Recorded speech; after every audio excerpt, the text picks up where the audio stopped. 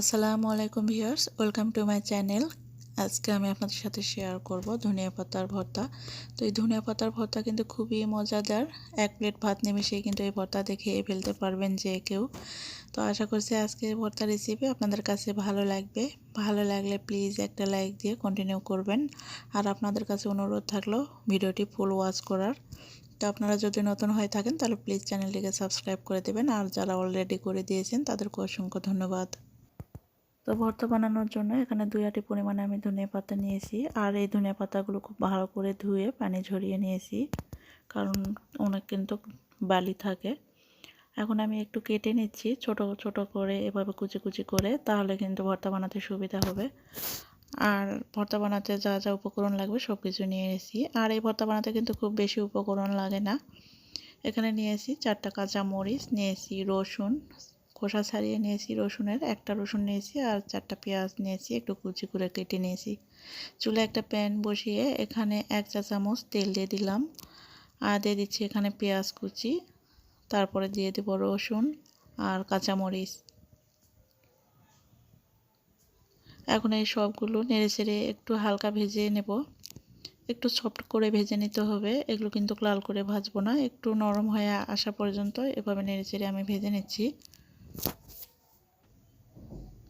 তো মরিচগুলো দেওয়ার সময় একটু আমি কেটে দিয়েছি। তো এভাবে নেড়েচেড়ে আমি সফট করে ভেজে নিয়েছি। এখন আমি ধনিয়া পাতাগুলো দিয়ে দেব। ধনিয়া পাতা কিন্তু প্রথমে দেওয়ার পরে অনেকটাই বেশি মনে হয়, কিন্তু 2-1 মিনিট এভাবে নেড়েচেড়ে নেওয়ার পরে কিন্তু অনেকটাই কমে আসে। তো পরিমাণ অনুযায়ী আমি লবণ দিয়ে দিলাম।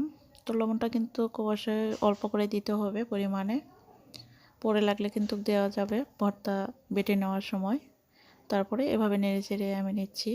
তো দেখুন আস্তে আস্তে কিন্তু কমে আসছে। মিডিয়াম আছে এই পাতাগুলো একটু সেদ্ধ করে নেব। আমি কিন্তু ঢাকনা দিয়ে ঢাকবো না, এভাবেই আমি নেড়েচেড়ে নেব আর ছড়িয়ে দেব। তাহলে কিন্তু গায়ের যে পানিগুলো থাকে ধনে পাতা, এগুলো শুকিয়ে যাবে। তো এভাবে ছড়িয়ে রাখছি। দেখুন একটু পানি বেরিয়ে এসেছে, এই পানিগুলো শুকিয়ে যাওয়া পর্যন্ত আমি এভাবে নেড়েচেড়ে নেব। তো খুব বেশি সময় লাগবে না, 3 থেকে 4 মিনিটের ভিতরে কিন্তু এই পাতাগুলো সেদ্ধ হয়ে যাবে। তো দেখুন শুকিয়ে এসেছে পানিগুলো। তো এইভাবে নেড়েচেড়ে আমি এখন নামিয়ে এগুলো ঠান্ডা করে পাটায় বেটে ভর্তা বানাবো। এখন চুলা থেকে নামিয়ে নিচ্ছি। আর পাটায় দেখতে পাচ্ছেন এখানে আমি 3টা শুকনা মরিচ আমি ভেজে নিয়েছি। আর এই ভাজা মরিচটা একটু পাটায় বেটে নিচ্ছি। আধ ভাঙা করার পরে আমি এখানে একটুখানি সরিষার তেল দেব। তারপরে আবারও খুব ভালো করে মিহি করে বেটে নিচ্ছি।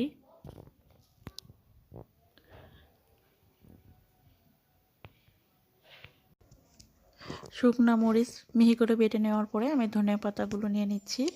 তারপরে শিলপাটায় বেটে আমি ভর্তাটা বানিয়ে নেব। তবে আমার কাছে মনে হয় শিলপাটায় ভর্তাটা বানালে বেশি মজা লাগে। তবে ব্লেন্ডারও কিন্তু ব্লেন্ড করে ভর্তাটা বানিয়ে নেওয়া যাবে।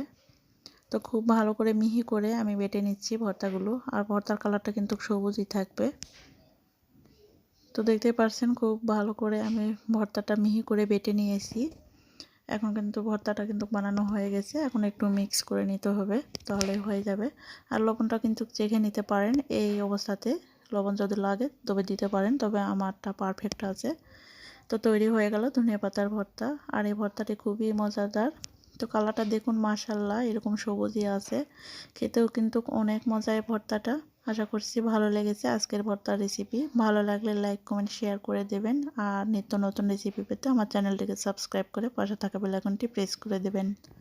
আজকে এখানেই বিদায় নিচ্ছি। সুস্থ থাকবেন, ভালো থাকবেন। আল্লাহ হাফেজ। আসসালামু আলাইকুম।